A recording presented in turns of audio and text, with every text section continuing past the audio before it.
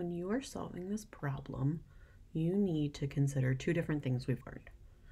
You need to consider PEMDAS and how to do operations with fractions. So first, we're thinking about PEMDAS.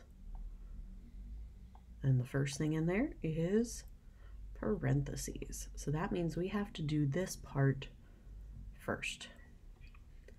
1/4 minus 1/8. Remember, when you're adding and subtracting fractions, they have to have the same denominator. So we need to make sure that they have the same number on the bottom. And we do that by finding the least common multiple. If you list out the multiples of 4 and 8, you don't have to go very far, because 8 is already a multiple of 4, and we could just leave the 8 as is and change the 4. So we know 4 times 2 is 8.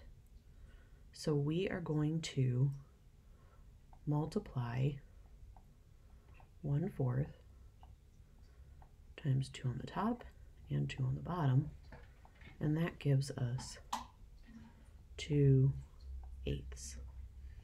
So this problem really is 2/8 minus 1/8. That leaves us now with the problem 3/8 divided by 1/8 times 4. So now we look at the next part of PEMDAS, which is the multiplication and division. So even though the M is first, when we're doing multiplication and division, they are on the same level. So all of this can be done from left to right. So first I'm going to look at 3/8 divided by 1/8. Now remember what I've told you about that. Dividing fractions, my oh my, flip the second and multiply. So if we do that, we get 3/8 times 8/1, and then we have the times 4 over here.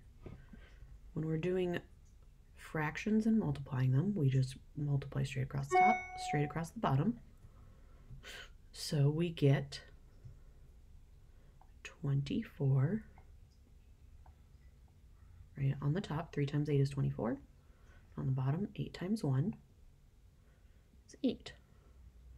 And we have times 4. Let's see. I add more space to the bottom.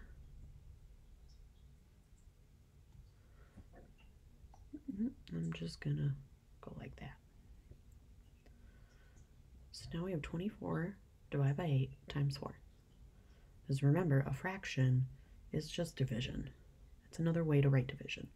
So if we have 24 over 8, that's the same thing as 24 divided by 8, which is 3. So we can simplify 24/8 to just the number 3. And we have 3 times 4. And we know that is 12.